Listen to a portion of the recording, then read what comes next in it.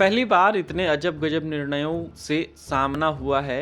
अब लगता है कि कुछ भी संभव हो सकता है, असंभव कुछ भी नहीं है। अब जैसे कि आईएएस परीक्षा में भारत में सिविल सेवकों की कल्पना की जा सकती है, सेना की भर्ती भी संविदा पर हो सकती है। शुरू में लोग बाग बेचैन हुए कि सेना में भी संविदा, यह तो बहुत गलत है। फिर इस नैरेटिव को तोड़ने के लिए सामने आया हमारा खाया पिया अघाया और सेवारत वर्ग, जो वर्तमान सत्ता में कुशल नेतृत्व में भारत के विश्वगुरु बनने के प्रति लगभग आश्वस्त हो चुका है। इस वर्ग ने इस कालजयी योजना के फायदे बताना शुरू किया और फिर देखते देखते योजना हम सभी को क्रांतिकारी लगने लगी। निर्णय तो यह भी लिया गया कि अब से तक्षशिला बिहार में स्थित माना जाएगा। पाकिस्तान चिल्लाया करे कि तक्षशिला हमारे यहाँ है, हम नहीं मानते तो नहीं मानते। अब तक की सरकारें पाकिस्तान परस्त थीं, इसलिए उनसे इस तरह की घोषणा की उम्मीद भी कैसे की जा सकती है।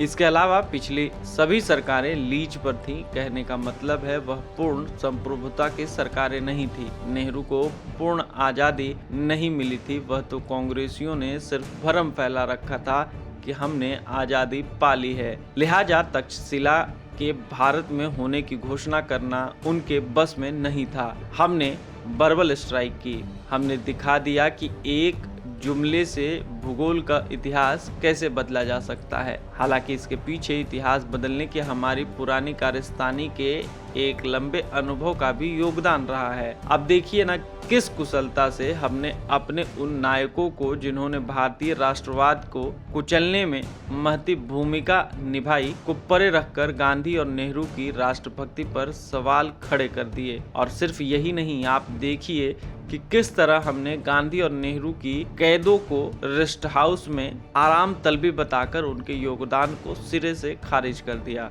द्विराष्ट्रवाद के तहत बंटवारे की मांग हमारे पुरखों की थी, लेकिन देखिए किस खूबसूरती से हमने नेहरू एंड कंपनी को बंटवारे का जिम्मेदार बता दिया। और तो और इतिहास बोध भी गजब का है। लोगों को नई नई जानकारियां भी हासिल हुई हैं, जैसे कि राणा प्रताप के चेतक की मां गुजराती थी और नानक, कबीर और गोरखनाथ जी में खुलकर शास्त्रार्थ हुआ था। खैर, तो बात अजब गजब निर्णयों की है। इसी क्रम में एक निर्णय योजना आयोग नाम बदलने की भी थी। यह निर्णय हमें थोड़ा अधिक तर्कसंगत और कारण परंपरा से जुड़ा हुआ लगा। सही बात है, जब योजनाएं ही नहीं बनानी हैं तो योजना आयोग का मतलब भी क्या। जब दूसरे देश के फ्लाईओवर और पुल की फोटो दिखाकर काम चल जाता है तो भारतीय संसाधनों का क्या दुरुपयोग करना। जब आधे अधूरे अस्पताल, जहां तक कि बिना बने एम्स तक का लोकार्पण हो जाता है, तो स्टाफ रखकर भारतीय राजस्व का अतिरिक्त भार डालना कहाँ की बुद्धिमत्ता होगी। अभी अभी एक पोस्ट से पता चला है कि नए सीडीएस, जो तीनों सेना